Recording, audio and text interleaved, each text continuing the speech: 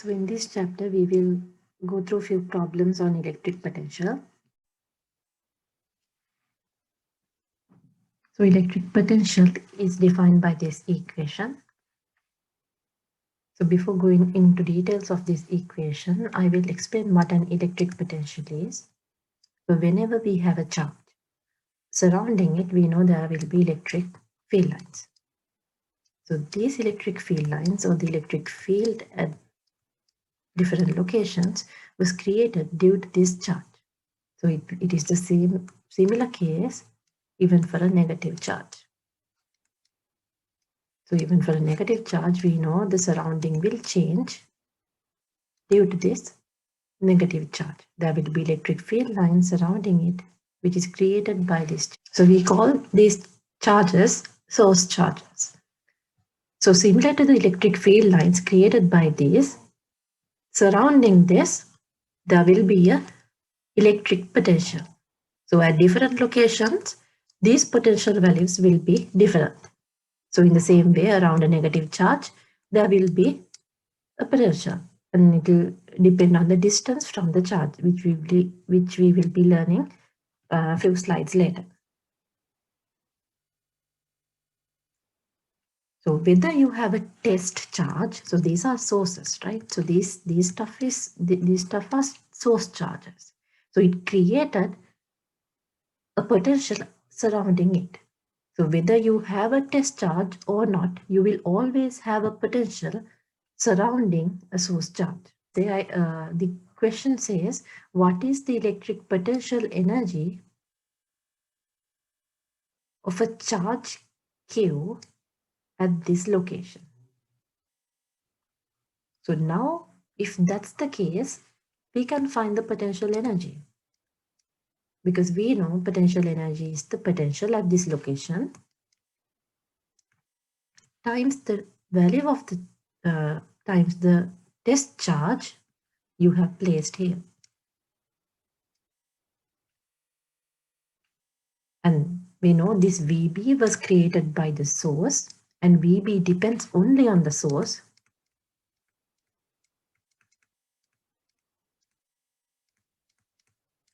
And this Q right here is your test charge.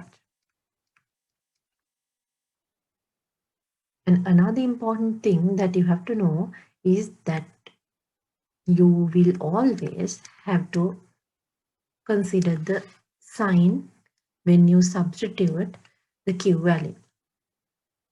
That means if it's a negative charge, your potential can be negative, right? So let's say VB was a positive value, then potential can be negative. And also if it was a positive charge, potential can be positive. So potential energy can be either negative or positive. So in the same way, potential can also be positive or negative depending on the source charge. So potential energy overall can have positive values, it can be 0, or it can be negative. So we know a positive value is greater than a negative value. So since now you know this equation, let's go to the next slide. So here, I'm going to teach you the difference between potential energy and the potential along an electric field. So here I have two parallel plates which have opposite charges. This is positive and this is negative, and I have drawn the field lines. So field lines are going from the positive side to the negative side. So electric field lines is like water. So how does water flow? Water always flows from high pressure to low pressure, right?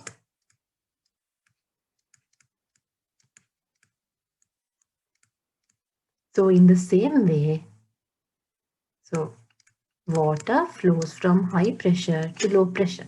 So in the same way, electric field electric field lines flow from something high to something low. So it will flow from high potential to low potential. So now you know this, the relationship between electric field and the potential. Can you look at this diagram and guess which side has the higher potential and which side has the lower potential? So electric field lines flow this way, right? Therefore, this side should have high potential and this side should have lower potential. So if I look at this arrow from A to D, what can you say? VA has a higher potential. A has a higher potential, so VA is higher than VB. So can you see that the potential decreases along the electric field? This is high and this is low. So that is why the potential always decreases along the E field lines. So this is always the case. This is true all the time. Now, what about the potential energy? What will happen to the potential energy? Does it follow the same trend as the potential? Not really. Why? Because it depends on the sign. So if you go back to the relationship between potential and potential energy, we know electric potential energy is Q times the electric potential. And also I said that the sign matters, that we have to substitute the correct sign for Q. So let's look at a positive charge. So what I'm going to do is I'm going to send a positive charge from A to B. So I have a positive charge, it's going to go from A to B. So it's moving from A to B. What can you say about the potential energy? So at A, potential energy is Q times VA. In the same way, potential energy at B is Q times VB. Q is a positive value because our charge is a positive charge. Therefore, it follows the same trend, right? Potential energy at A is higher than potential energy at B. So we just saw that a positive test charge, for a positive test charge, potential energy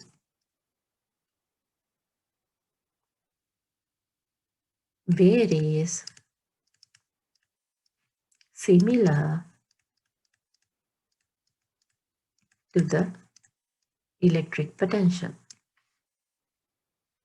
VA, here VA electric potential at A is higher than VB. In the same way, potential energy at A is higher than potential energy at B for a positive charge.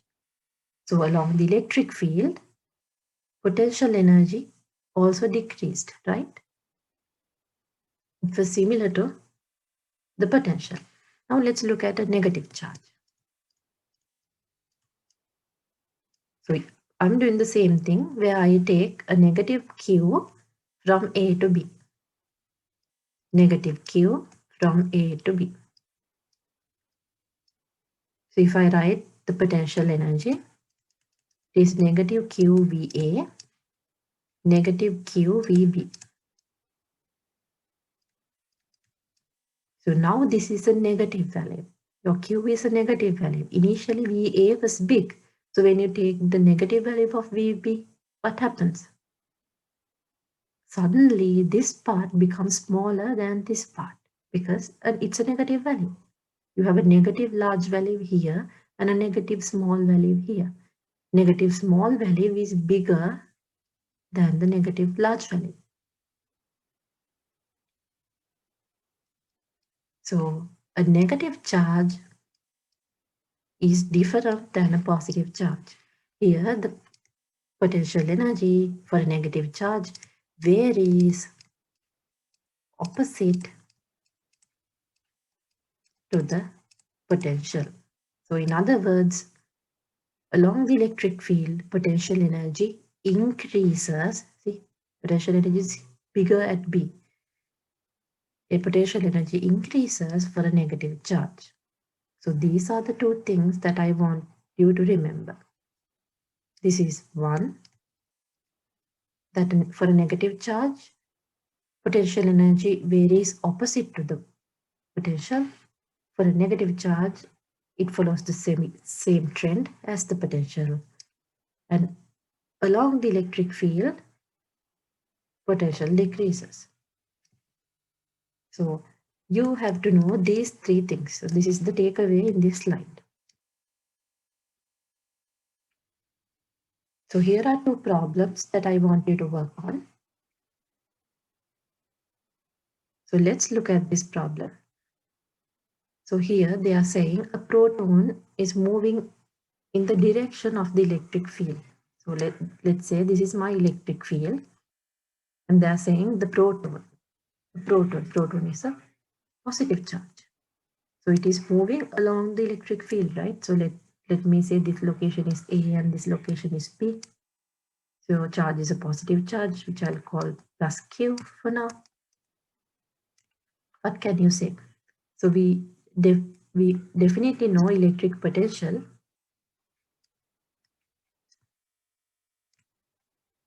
is larger at A, right? Because we know electric field lines always flow from high to low. So potential at A is higher than B. So potential decreases along the electric field. Now let's look at electric potential energy. Electric potential energy is Q times the potential. Q times the potential. So just like we saw before, for a positive charge, they follow the same trend, right? This is higher than this. So along the electric field, this also decreases. So potential and potential energy both decreases. Answer D, electric potential decreases and also the potential energy decreases. If we look at the second problem, they are now talking about a negative charge, which is an electron. So this is negative. And now they are moving not along the electric field, but opposite to the electric field. Let's assume that this is our electric field. So they are going this way, right? So this is the A and this is the B. So they went from A to B. See, the electron is moving in the opposite direction to the electric field. So we always know that electric potential is higher in this side because the electric field lines flow this way. So VA is here smaller. So along the direction the electron moves, what happens to the potential? It increases, right? So potential V increases. What about the potential energy? It is negative QB times negative QA.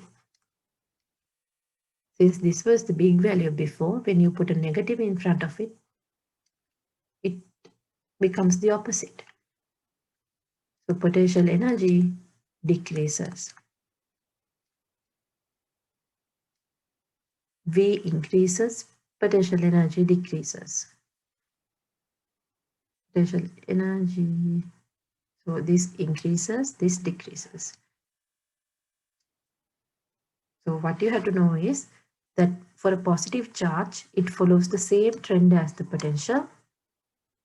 The potential energy follows the same trend as the potential for a positive charge. It follows the opposite trend if it's a negative charge. Okay, now here's another example which will use this equation.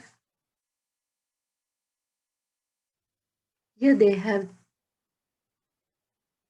accelerated a small charged ball from rest to a speed v by sending it through a potential difference of 500 volts. So your VBA, or the potential difference, is 500 volts.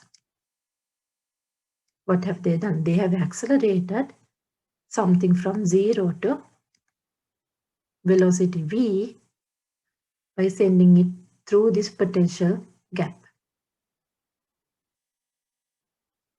So this is energy conservation, right? So what they have done is they have converted the potential energy, which is given by Q, VBA. They have converted this to kinetic energy. See, they have increased the speed. They have increased the speed by energy conversion. So this is our equation. So they are talking about two scenarios. So let me write the first one. We don't know the charge of the ball, so I'll just write Q. We know the potential, which is 500. And using 500, they were able to accelerate it to the velocity v. And in the second part, what are they asking? If the potential difference is now 2000 volts, so it's Q times 2000. They're asking for the new V. So I'll write V2. So how can we find this? We have to just divide the two equations. So let me divide 2 by 1. So in this side, you get Q 2000 divided by Q 500 equal to V2 squared divided by V1 squared. So Q get cancelled. Not V1, it is V, sorry. So you get 4 here. 2000 divided by 500 is 4.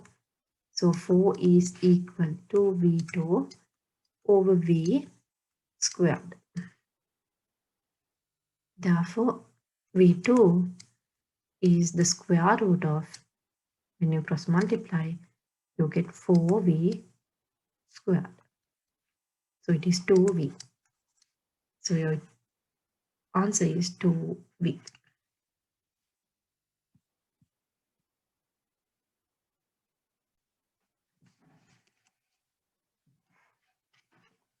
So in the next part, we are going to look at how to calculate the potential. So in all of these problems, we saw that they have given the value of VBA. So here we are going to look at how to calculate VBA, or the potential. So for a point charge, potential is given by this equation. It is very similar to the equation of the electric field.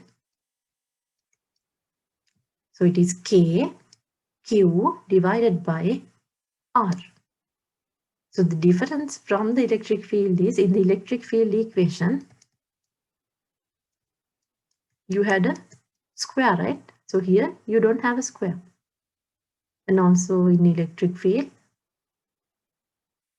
so it is very similar to the electric field equation. However, we have to remember that we need to consider the charge, the sign of the charge.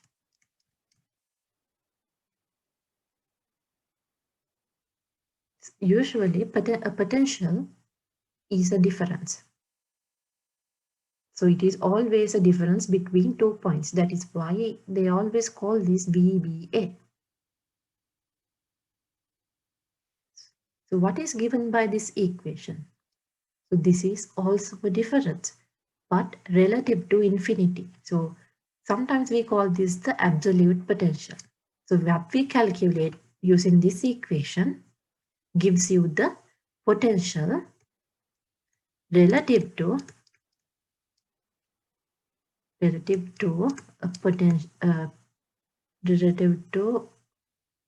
potential at infinity. So what's the deal with infinity? So at infinity, you will not feel this charge anymore. In other words, potential at infinity or far away is considered to be zero. So using this equation, what we usually get is the absolute potential or the potential relative to infinity. So it is same as V, B. So let's say my point here is B relative to infinity. So your A is like infinity, but we don't write it. Instead, we just write it VB or VA. We just write the location. So the other thing is, like I said before, the sign matters. So if your Q was a positive one, close to your charge, you have a very high potential, very high positive value. And as you go far away from the charge, it reduces.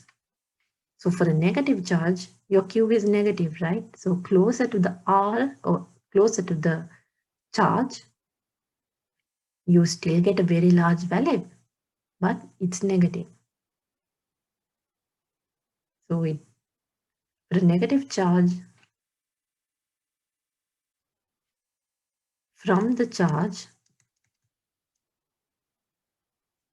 so when you go away from the charge, like from the charge, when you go away like this, so sorry, I have drawn the electric field lines wrongly.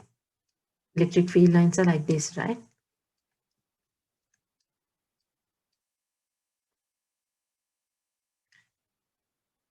The potential increases far away, right? When it goes away from the charge, the potential increases. That makes sense too, right? We know potential at B should be higher than potential at A. Why? Because electric field lines flow from high to low. So this is A, this is B. So this is like the high value, this is like the low value, and it agrees with this. This is high, so your A location is like this. Your B is somewhere like this. So A is higher than B because negative values are always small. So that is for a point charge. And if your electric field is a uniform one, like a capacitor where you have two opposite plates, then your electric field is a constant field between them, and the potential, electric potential between them, between the two plates, is defined by this equation. It is negative ED. D is the distance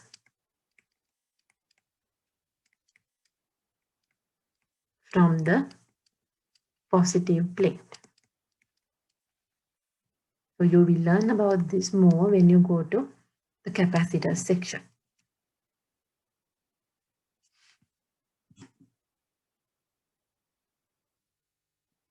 So like I said before, electric potential is a scalar. So the good thing about scalars are that you can just add them together. For example, let's say these are three charges, which I'll call three source charges. Each of these charges will produce a potential at this location.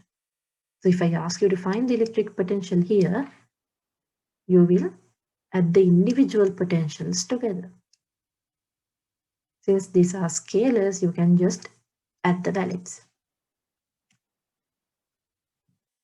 So let's do this example.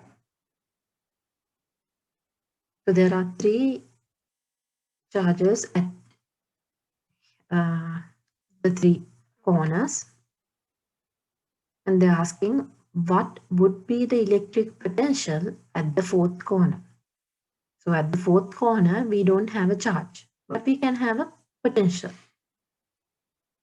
So potential at A is a combination of electric potential of these three charges. So the potential due to this one, negative 2Q, will be K negative 2Q divided by L.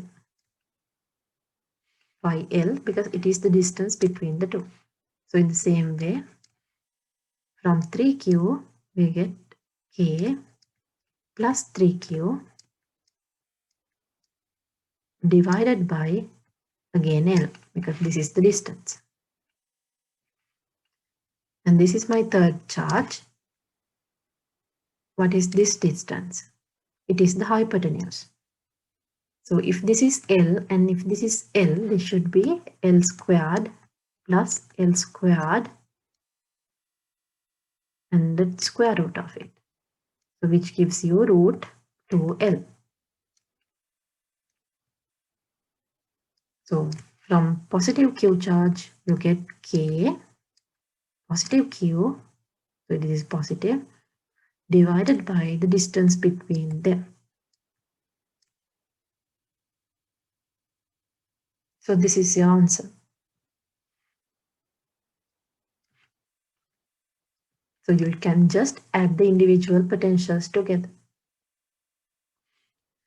Part B. What is the work required to bring a charge negative Q to the fourth corner? So work.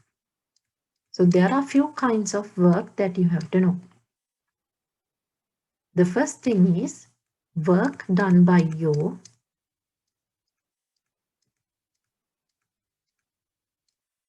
or work done by an external force.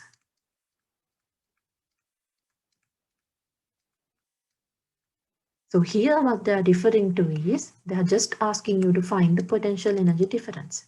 So here W is same as the potential energy difference. Sometimes they can ask you work done by the electric field. Now this is different. If they ask you to find the work done by the electric field, that means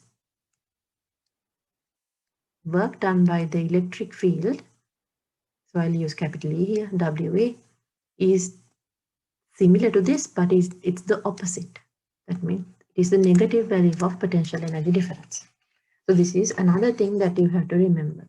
So don't mix up the two. This is one thing, which is one thing. So here, what are they asking? Work required to bring a charge. So you are bringing the charge. So they haven't said anything about the electric field, right? So they're asking about this. So we know potential energy is same as Q times VA. So your test charge is this. This is what you're going to keep here now. It's negative 2Q multiplied by VA. So VA is this whole thing, negative 2Q K divided by L plus 3QK divided by L plus KQ divided by root 2L. For part C.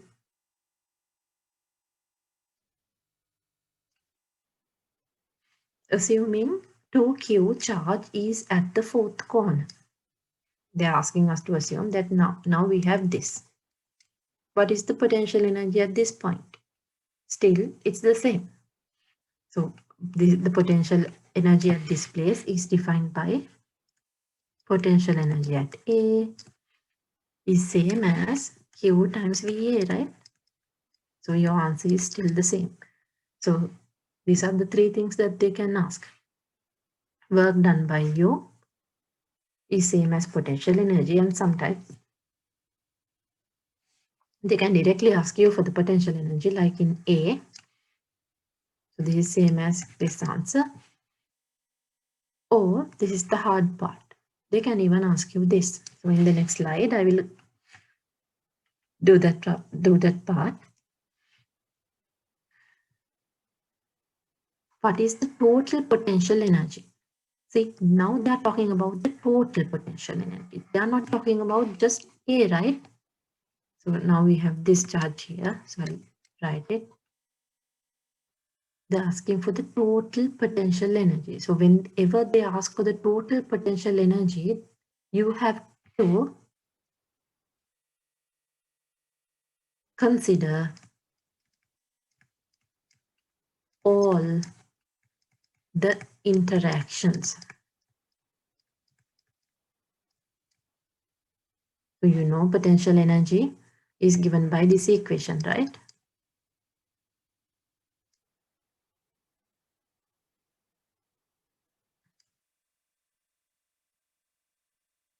So if I expand this, let's say I'm talking about these two charges or any, so Q is your test charge, V is K times the source charge divided by the distance, right? So this is very similar to the Coulomb's law, right? It looks like the Coulomb's law, although this is potential. So potential energy due to the interaction of two charges is given by this. So this is nothing new. I just expanded this. So these are the two charges which are interacting, K divided by the distance between them. So when they ask for the total potential energy, you will have to consider all the interactions between the charges. In other words, total potential energy total is the total interactions. So here these two charges can interact, right? This and this. So I'll write it K 3Q negative 2Q and the distance between them is L. So we are done with this now, this interaction. And we can have this interaction too, right?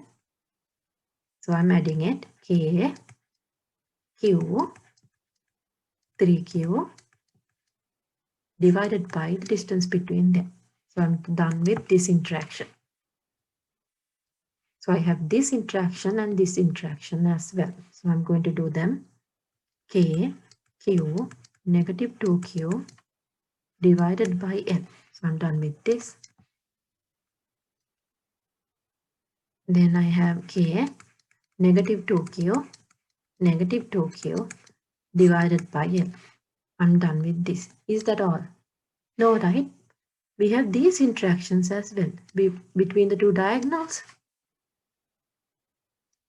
We know the distance, the length of a diagonal is root 2L from the previous part. So if I add the two,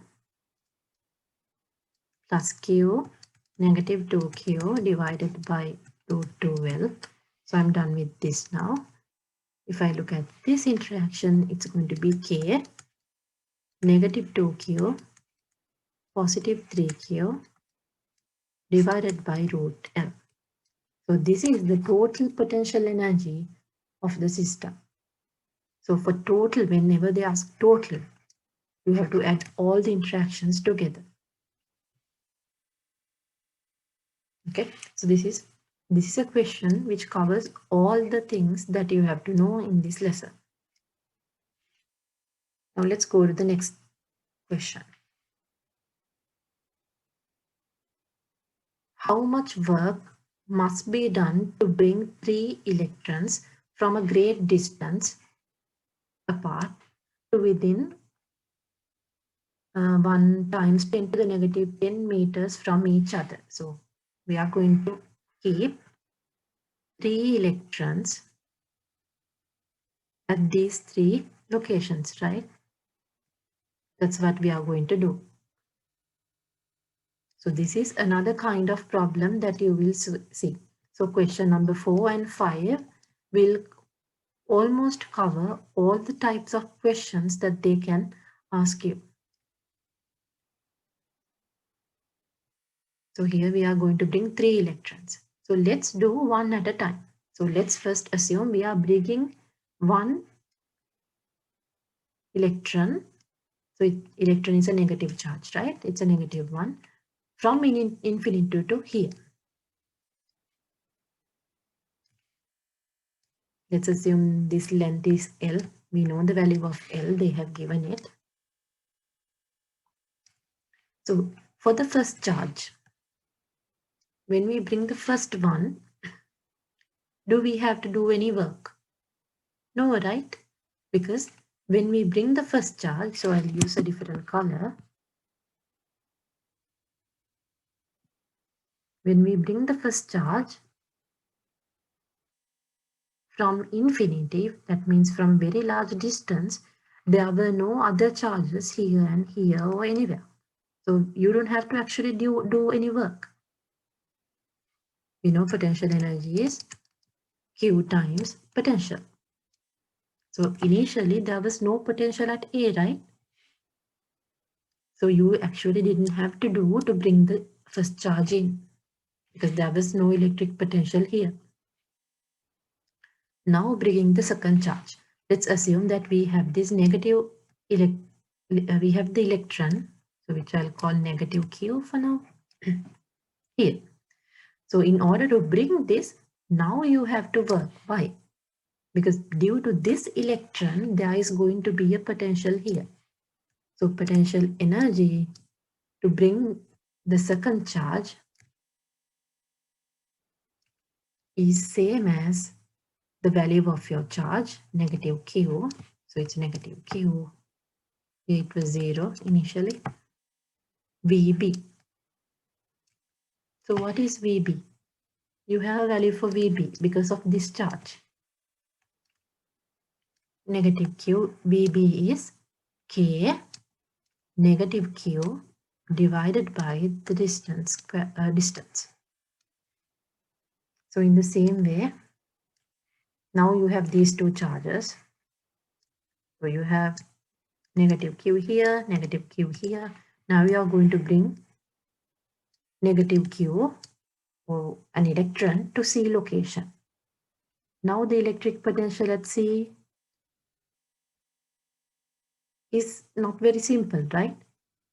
It has potential from B and also potential from A. So if I write the potential energy at C, we know it is the test charge negative Q times the potential at C. So what is the potential at C? It is the potential due to this B charge and the potential due to A charge. So if I add the two, so let's say this is the potential due to A. This is multiplication. This is multiplication.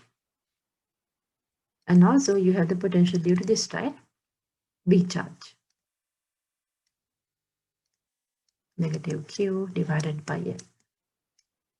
So this is the potential due to A and this is the potential due to B. So I just added the two potentials. So they're asking how much work that we need to do to bring 3 electrons to these 3 locations. So we have found the work we need to do to bring one by one. So the total work that we need to do is the addition of all the 3. So this is the work that you did to bring the first one. So you actually did no work. This is the work that you did to bring the second one. So negative times negative becomes positive plus Q K divided by L. And this is the work that you did to bring the third charge. So it's negative. So when we add these two inside, it becomes negative 2KQ. Negative 2KQ times negative Q, it becomes plus 2Q squared K over L. In other words, it's 3Q squared K over L. So if I substitute the values, 3, Q is 1.6, 10 to the negative 19. So why don't I put negative here? Because I have already put the negative sign here, right? For the electrons charge. So I have already put the negative and we saw that it got cancelled. So it's just the value. Q is just the value. is 9, 10 to the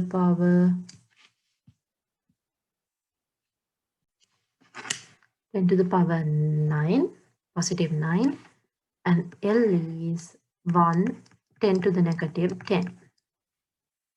So when you work this out, you get